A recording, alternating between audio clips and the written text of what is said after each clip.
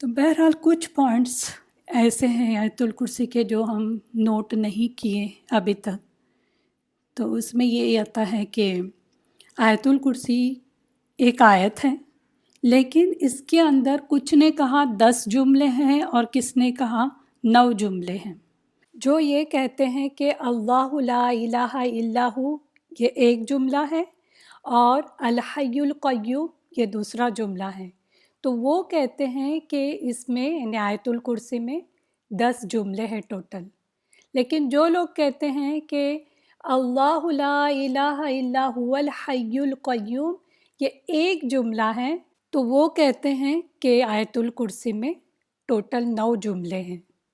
بہرحال ہے تو ایک آیت، لیکن 9 یا 10 جملے اس میں آتے ہیں. اس میں پہلا جو جملہ ہے اللہ، ہاں، اللہ لا الہ الا ہو، یہ کیا ہے؟ دعویٰ ہے کہ نہیں کوئی الہ سوائے اللہ کے، یعنی کوئی برحق الہ نہیں ہے، کوئی عبادت کے لائق نہیں ہے، لیکن صرف اللہ ہے جو عبادت کے لائق ہے. تو یہ کیا ہے؟ دعویٰ ہے. اور باقی جتنے جملے یہاں پر آتے ہیں وہ اس دعوے کی دلیل ہے کہ کیوں اللہ ہی عبادت کے لائق ہے، کوئی اور نہیں ہے. تو وہ سارے جملے اس کی دلیل ہیں. دعویٰ یہ ہے کہ اللہ کے علاوہ کوئی عبادت کے لائق نہیں. اور جو 9 جملے آتے ہیں، اگر کوئی کہہ رہا ہے 10 جملے، تو جو 9 جملے آتے ہیں اس دعوے کی دلیل ہے کہ اللہ کے علاوہ کوئی عبادت کے لائق کیوں نہیں. دوسری چیز، پہلا لفظ کیا ہے؟ اللہ. اللہ اللہ جو ہے وہ یہ 9 جملے، جو باقی کے 9 جملے ہیں یا 10 جملے ہیں، اس کا مبتدا ہے، اس کا سبجیکٹ ہے، اور باقی سب خبریں ہیں، پریڈیکیٹ ہیں. جیسے اللہ لا الہ الا ہو، پھر اللہ الحی القیوم، اللہ لا تأخذہ سینۃ ولا نوم، اللہ لہ ما فی السماوات وما فی الارض، اللہ من ذا الذی یشفع عندہ الا بإذنہ، اللہ یعلم ما بین ایدیہم وما خلفہم، اللہ ولا یحیطون بشیء من علمہ الا بما شاء، اللہ وسع کرسیہ السماوات والارض، اللہ ولا یعودہ حفظہما، اللہ وہو العلی العظیم. یعنی اللہ جو ہے وہ مبتدا ہے، سبجیکٹ ہے، اور باقی سب کیا ہے؟ پریڈیکیٹ ہے، خبریں ہیں. یہ دوسری چیز. تیسری چیز، پہلے جملے میں اللہ ورڈ آیا ہوا ہے، باقی دیکھیں اکثر کیا ہے، یعنی دیکھا جائے تو باقی جملوں میں اللہ ورڈ نہیں ہے بلکہ ضمیر آئی ہوئی ہے.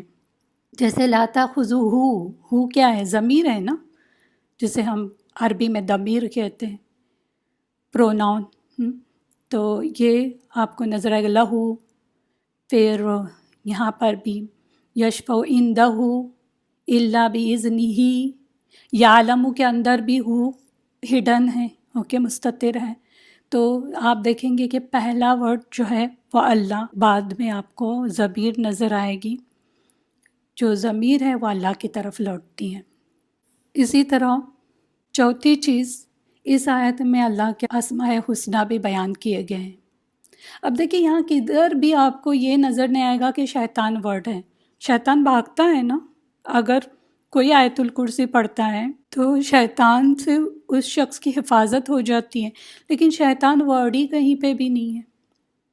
تو کیوں بھاگتا ہے؟ کیونکہ اس کے اندر اللہ کے اسماء حسنہ ہے، جیسے الہ، جیسے الحی، القیوم، العلی، العظیم. تو یہ اللہ کے اسماء حسنہ ہے. اور اسی طرح لاسٹ جو بات، ویسے کئی باتیں ہیں لیکن اب وقت نہیں ہے، لیکن ایک اور بات کہ اس آیت میں بہت ساری چیزیں دو بیان کی گئی ہیں، جیسے الحی القیوم، سینۃ النوم، السماوات الارض، پھر ایدیہم خلفہم، العلی العظیم. تو بہرحال بہت سارے نوٹ کرنے کی چیزیں ہیں. انشاءاللہ تھوڑا تھوڑا ہم اس کا گرامر بھی دیکھیں گے تو اور زیادہ ہمیں کلیئر آئے گا، لیکن اتنا بھی نہیں ڈیٹیل میں جائیں گے. ویسے بھی اگر آیت الکرسی کی تفسیر کی جائے تو کئی ہمیں دن لگے اس کی تفسیر کرتے کرتے. تو بہرحال آپ شروع کرتے ہیں. ہم اللہ کیا ہے؟ اللہ. اللہ کیا ہے؟ یہ اسم الجلالہ ہے، اللہ کا ذاتی نام ہے، کیونکہ یہ الحی القیوم یہ کیا ہے؟ صفاتی نام ہے. تو اللہ کا ذاتی نام کیا ہے؟ اللہ. بولتے ہی دیکھیے کیسا لگتا ہے، اللہ. اور سب ناموں میں بڑا اور جامع نام ہے یہ. کوئی اور ذات اس سے منسوب ہی نہیں، کسی نے اپنا نام اللہ رکھا ہی نہیں اور نہیں رکھے گا، کہ کوئی نہیں رکھ سکتا. یہ اللہ کا ذاتی نام ہے، یہ یونیک نام ہے اللہ. مسلم کی روایت میں آتا ہے کہ قیامت اس وقت تک قائم نہیں ہوگی جب تک زمین پر ایک شخص بھی اللہ اللہ کہنے والا رہے گا. یعنی جب تک اللہ کا نام لیا جائے گا قیامت قائم نہیں ہوگی. جب کوئی بھی اللہ کا نام لینے والا نہیں رہے گا تو اس وقت قیامت قائم ہوگی. تو اس کا مطلب یہ نہیں ہے کہ ہر کوئی اللہ اللہ اللہ اللہ کر کے وہ ورد کرنا شروع کرے. یہ ساری بدعتیں ہیں. کہیں پہ بھی ہمیں حدیثوں میں یا کہیں پہ ایسی بات نہیں ملتی کہ اللہ اللہ اللہ اللہ کر کے اس کا ورد کیا جائے. تو یہ ساری بدعتیں ہیں، اسلام سے اس کا کوئی بھی تعلق نہیں. اور اللہ اللہ کہنے سے کیا مراد ہے اس حدیث میں؟ اس سے مراد لا الہ الا اللہ ہے، کیونکہ اس کی دلیل بھی ہمیں ایک اور حدیث سے ملتی ہے، وہ ہے مسند احمد کی روایت، جس میں آتا ہے کہ کسی لا الہ الا اللہ کہنے والے پر قیامت نہیں ہوگی. جب کوئی بھی لا الہ الا اللہ کہنے والا دنیا میں نہیں رہے گا تو قیامت قائم ہوگی. یہ مطلب ہے. یعنی جب ایک شخص بھی توحید پر قائم نہیں ہوگا تب قیامت قائم ہو جائے گی، کیونکہ ایسے ورسٹ دن آنے والے ہیں قیامت سے پہلے. اسی لیے تو برے لوگوں پہ قیامت آئے گی نا، اچھے لوگوں پہ نہیں آئے گی. تو بہرحال لا الہ الا اللہ کہنے والا کوئی نہیں ہوگا تب قیامت قائم ہوگی. پھر لا الہ الا ہو، اس کے سوا کوئی سچا معبود نہیں. اس پہ بھی نوٹ کریں، لا الہ. لا یہاں پر جو آیا ہوا ہے لا، اس کو کہتے ہیں لائے نفی للجنس. گرامر نہیں بھی آ رہی تو بھی سمجھنے والی بات ہے. لائے نفی للجنس کیا ہوتا ہے؟ اس میں لا کے بعد جو بھی اسم ہوتا ہے اس پہ فتح آئی ہوئی رہتی ہے، زبر ہوتا ہے، اس میں تنوین وغیرہ نہیں ہوتی. اس میں جو ہے بہت زیادہ تاکید ہوتی ہے، بہت زیادہ زور ہوتا ہے. یعنی یہ اس طرح آپ کہہ سکتے ہیں اللہ کے علاوہ کسی بھی قسم کا کوئی بھی الہ نہیں ہے. ناٹ ایٹ آل اینی الہ، کوئی بھی الہ نہیں، صرف اور صرف اللہ ہی الہ ہے، وہی عبادت کے لائق ہے. یہ مطلب ہوتا ہے. ایک ایک حرکت بھی ہوتی ہے نا قرآن میں، وہ بھی برابر پڑھا کریں، کیونکہ کبھی کبھی ہم صرف زبر کو 2 زبر کر دیتے ہیں تو اس کا مطلب کچھ اور نکل جاتا ہے. اس لیے ایٹ لیسٹ حرکت تو صحیح پڑھا کریں. بہت اس میں چینجز آ جاتے ہیں معنی کے اندر. تو سبحان اللہ، اللہ کی ایک ایک چیز جو قرآن میں مینشن ہے، اور ایک ایک حرکت بھی، ایک ایک جو ورڈ آئے ہوئے وہ بھی سارے چنے چنے ورڈ ہیں. یہ اللہ کا ہی کلام ہو سکتا ہے، کسی انسان کا ہو ہی نہیں سکتا. کہا گیا کہ لا الہ الا ہو، نہیں کوئی معبود برحق، کوئی سچا معبود ہے ہی نہیں، لیکن وہی کون؟ اللہ. اللہ ہی الہ ہے. اللہ کے علاوہ جتنے بھی خود ساختہ معبود ہیں، جتنے لوگوں نے جو جو الہ بنائے ہوئے، جن سے وہ لوگ مانگتے ہیں اللہ کے سوا، ان کو داتا سمجھتے ہیں، ان کو دستگیر سمجھتے ہیں، یا ان کو ہی الہ سمجھتے ہیں، وہ سب باطل ہیں، سب جھوٹے ہیں. حقیقی اور سچا معبود صرف اللہ ہی ہے، صرف ایک اللہ. وہی سچا معبود ہے، وہی دیتا ہے. کوئی اور بابا نہیں دیتا بلکہ اللہ دیتا ہے. اللہ سے مانگا کرو۔ سورہ الحج آیہ نمبر 62 کا مفہوم یہ ہے کہ اللہ ہی حق ہے اور اس کے سوا جسے بھی وہ پکارتے ہیں وہ سب باطل ہیں۔ وہ بھلے ہی کسی پتھر کی پوجا کر رہے ہیں یا کسی انسان کی کر رہے ہیں یا کسی ولی کی کر رہے ہیں، اس سے مانگ رہے ہیں، تو وہ سارے کے سارے باطل ہیں، تمہیں کچھ بھی نہیں دیکھ سکتے۔ یاد رکھیں، باطل الہ جو ہے اس کی کوئی حقیقت ہی نہیں ہے۔ کس سے مانگ رہے ہو؟ الہ کون ہوتا ہے؟ الہ وہ ہوتا ہے جس کی محبت اور اس کی تعظیم کے ساتھ اس کی عبادت کی جائے۔ کون عزت کے لائق ہے؟ اللہ۔ کس سے زیادہ شدید محبت ہمیں ہونی چاہیے؟ اللہ سے۔ اور محبت اور تعظیم کے ساتھ عبادت کی جائے، وہ ہوتا ہے الہ۔ اور ایسی ہستی کون ہے؟ صرف ایک ہی ہستی ہے، وہ ہے اللہ تعالیٰ، کوئی اور ہستی نہیں ہے۔ پھر کہا الحی، الحی وہ ہمیشہ سے زندہ ہے۔ اللہ تعالیٰ ہمیشہ سے ہے اور بغیر کسی فنا اور زوال کے ہمیشہ رہنے والا ہے، اسے کوئی فنا نہیں۔ وہ ہمیشہ کے لیے موت سے پاک ہے، اسے کبھی موت نہیں آئے گی۔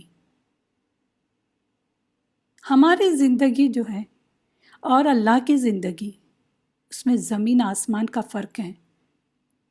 اس میں کوئی بھی تقابل، کمپیریزن نہیں ہے۔ یاد رکھے، لیس کمثلہ شیء، اس جیسی کوئی چیز ہے ہی نہیں کہ ہم کمپیئر کر سکیں۔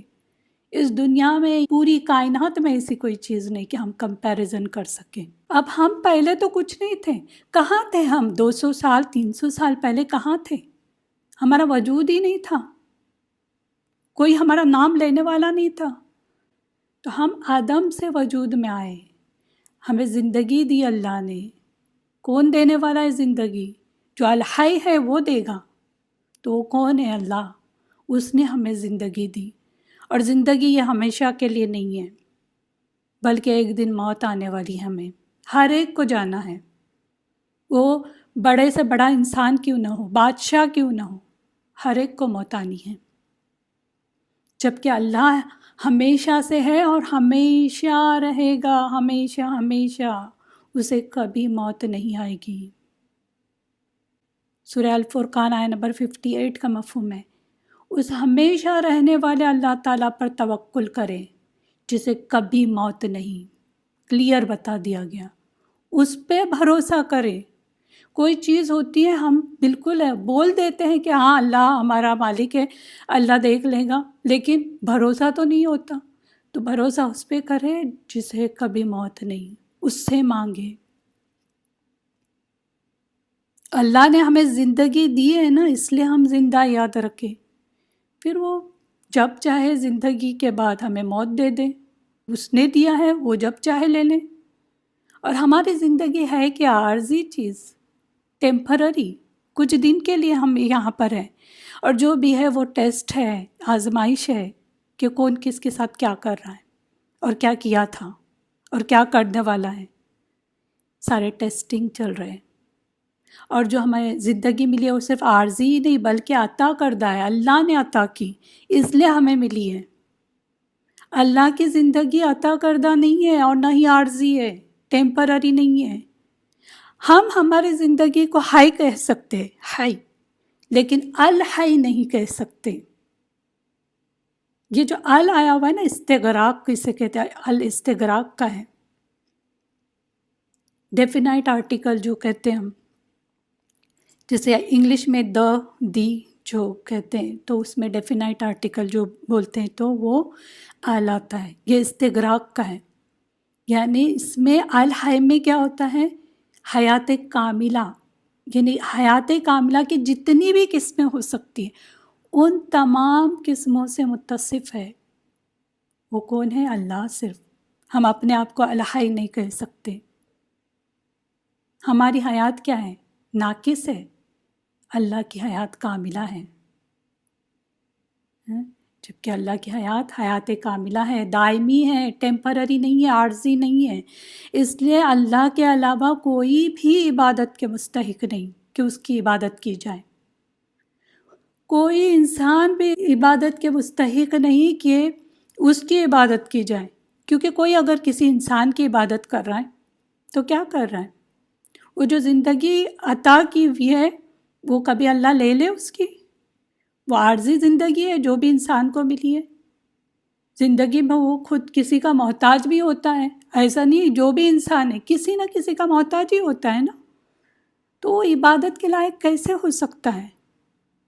ہر چیز جو بھی ہے وہ اس کی زندگی دیکھے محدود زندگی ہے، کوئی بھی چیز اٹھا کے دیکھے وہ ختم ہونے والی ہے، حتیٰ کہ موت کو بھی موت دی جائے گی۔ ایک مینڈا ذبح کر دیا جائے گا، جو موت ہوگا اس کو موت کو بھی موت دی جائے گی، کیونکہ جنت اور جہنم میں موت نہیں ہوگی۔ جو جان نکالنے والے فرشتے ہوتے ہیں ان کو بھی موت دی جائے گی۔ کوئی بھی مخلوق ہو، ہر ایک کو ایک دن ختم ہونا ہے، کوئی ایسا نہیں کہ جو ہمیشہ کے لیے زندہ رہے۔ پھر کہا القیوم، قیوم کے کئی معنی آتے ہیں، یعنی قائم ہے، وہ سب کو سنبھالے ہوئے ہیں، سب کی حفاظت کر رہا ہے، سب کی نگہبانی نگرانی کر رہا ہے۔ وہ یہ اللہ کا نام ہے، صفاتی نام۔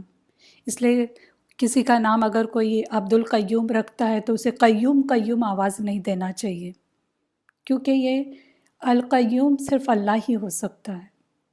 اسی لیے جب بچوں کے نام اس طرح سے رکھے اللہ کی صفات کے ساتھ، جیسے الرحمن تو عبد الرحمن ہے، وہ الرحمن، رحمان رحمان نہیں کہے اسے، یا قیوم قیوم نہیں کہے، بلکہ عبد القیوم کہنا چاہیے۔ تو بہرحال یہ القیوم جو ہے وہ فعول کے وزن پہ آتا ہے، اس میں بہت زیادہ مبالغہ بھی ہوتا ہے اور دوام بھی ہے، یعنی کنٹینیوٹی بھی ہے۔ جبکہ قائم بھی ایک آتا ہے ورڈ، قائم، یہ کیا ہوتا ہے؟ عارضی ہوتا ہے۔ قرآن میں قوام آتا ہے، قوام، انسان کے لیے یعنی مرد کے لیے، بار بار نگہبانی کرنے کے لیے۔ جیسے کہ مرد کو قوام کیوں کہا گیا؟ کیونکہ وہ عورت کی حفاظت کرتا ہے، اس کی جو بھی ضروریات ہیں اس کا خیال بھی رکھتا ہے۔ لیکن یہ جو خیال ہے، جو بھی حفاظت ہے، وہ کیا ہے؟ عارضی سہارا ہے۔ یہ اللہ جب چاہے اسے اس دنیا سے لے جائے، کیونکہ یہ ہمیشہ نہیں رہنے والا ہے، وہ بھی چلا جائے گا۔ تو یہ عارضی سہارے ہوتے ہیں۔ لیکن قیوم جو ہے، جو فعول کے وزن پہ ہے، اس میں دوام ہے، عارضی نہیں ہے۔ اور جو زندہ ہوتا ہے اسے کبھی مدد کی ضرورت ہوتی ہے، الحی آیا ہوا نا پہلے، پھر بعد میں القیوم، تو سوچ سکتے ہیں کہ اچھا جو زندہ ہے اس کو ضرورت ہے کسی کی مدد کی، تو قیوم سے کہا گیا نہیں، اس کو کسی کی ضرورت نہیں مدد کی، وہ تو خود قائم ہے اور دوسروں کو بھی قائم کرتا ہے، اسے کسی کی مدد کی ضرورت نہیں۔ ساری کائنات اس کی نگرانی اور اس کے سہارے کی محتاج ہے، پوری کائنات اس کی محتاج ہے۔ اللہ سب کو قائم کرنے والا ہے،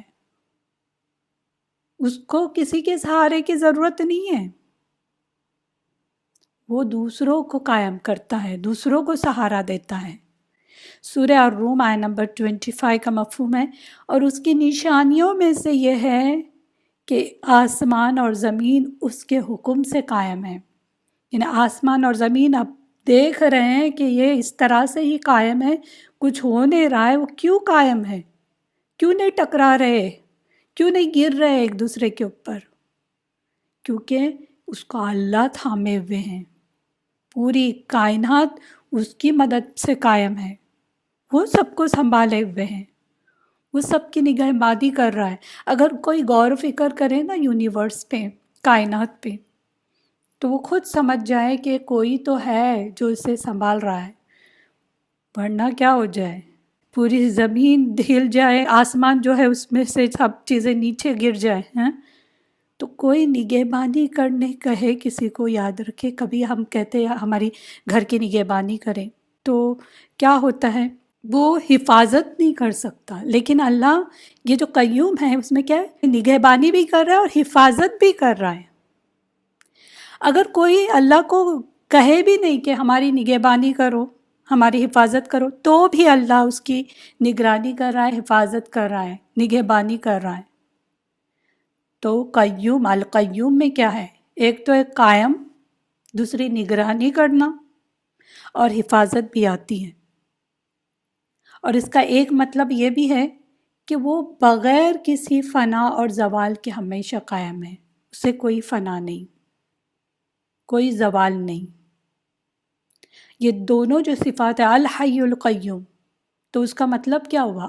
ہمیشہ ہمیشہ سے زندہ ہے۔ تو یہ دونوں صفات ایک ساتھ لا کے یہ بتایا گیا کہ وہ ازل سے ابد تک رہے گا، پہلے سے ہے آخر تک رہے گا، اسے کوئی موت نہیں،